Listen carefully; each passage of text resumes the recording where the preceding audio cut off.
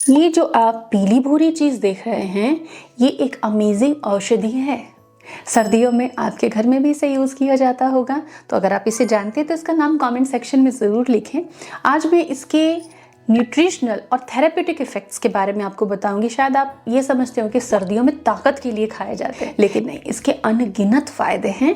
कुछ फ़ायदे आज मैं कोशिश करूंगी कि आपको बताऊं, जो कि घर में बच्चों से लेकर बड़ों तक के लिए होते हैं।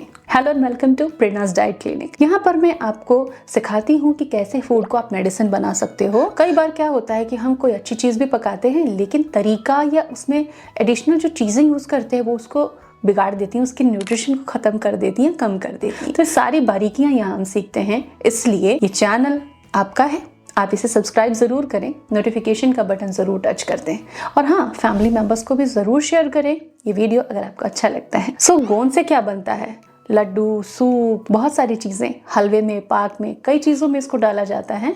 इसकी रेसिपीज़ अगर आप चाहते हैं तो कमेंट में लिखें, हम आपके साथ साझा करेंगे जो शायद अब तक आपने ट्राई नहीं की होगी। तो सबसे पहला फ़ायदा जो आप भी जानते हो, बच्चा भी जानता है, कि गोंद का लड्डू सर्दी में बनते हैं। क्यों? क्योंकि सर्दी में बाहर बहुत ठंड होती है और शरीर के तापमान को बनाए रखने के लिए, शरीर को गर्मी और ऊर्जा देने के लिए लड्डू खाए जाते हैं, और गोंद का लड्डू उसमें नंबर 1 पर आता है। तो गोंद का लड्डू वाकई एनर्जी देता है। एक मीडियम साइज का अगर जो लड्डू है वो लगभग 200 कैलोरीज आपको देता है, क्योंकि इसमें केवल गोंद नहीं होती, इसमें घी होता है, इसमें आटा यूज किया जाता है गेहूं का, सिंघाड़े का, उसमें कुछ नट्स भी होते हैं। तो इस तरीके से एक लड्डू आपके नाश्ते की जरूरत को पूरा कर देता है, या हल्की भूख में, या आपको काफी फिलिंग फील कराता है। इसमें अच्छी एनर्जी होती है, लंबे समय तक ये आपको भूख नहीं लगने देता, क्योंकि एनर्जी से भरा हुआ है। दूसरा फायदा कि सर्दी के मौसम में बाहर बहुत ठंड होती है। अब ऐसे में बॉडी को ठंड लगने की, अगर आपका बाहर का एक्सपोजर ज़्यादा है, डेली बाहर निकलना होता है, काम करना होता है, या फिर घर में काम करना है, ठंड बहुत ज़्यादा है जिस क्षेत्र में आप रहते हैं,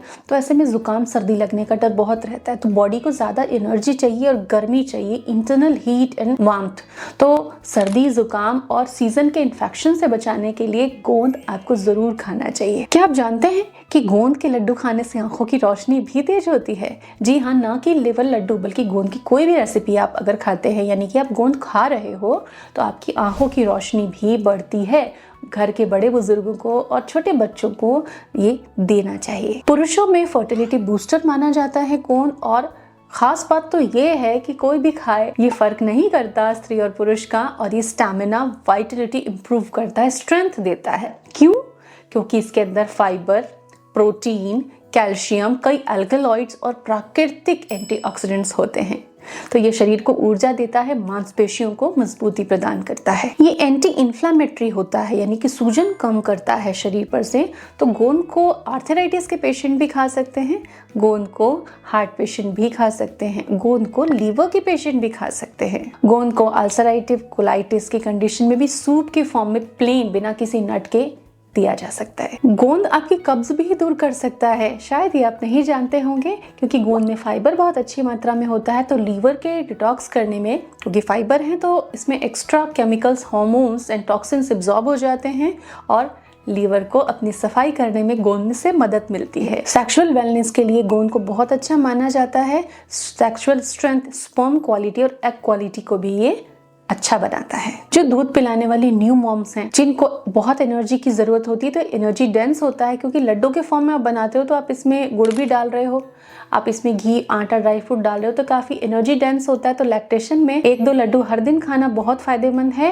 लैक्टेशन यानी दूध की क्वालिटी बढ़ती है और लैक्टेशन में हेल्प मिलता है। ये हड्डियों को मजबूत करता है, क्योंकि इसमें बहुत अच्छी मात्रा में कैल्शियम पाया जाता है। तो विटामिन D3 की कमी है तो गोंद जरूर खाइए, कैल्शियम और विटामिन D3 इसमें आपको मिलते हैं। उम्र के असर को रोकना है तो गोंद बहुत फायदेमंद है। विंटर्स में गोंद जरूर खाएं, एजिंग साइन को कम करता है, कोलेजन प्रोडक्शन को इम्प्रूव करता है। अब बात आती है कि गोंद, लेकिन गोंद के लड्डू खाने से पेट में भारीपन हो जाता है, तो कोशिश करें कि आप इसमें कम से कम घी का इस्तेमाल करें।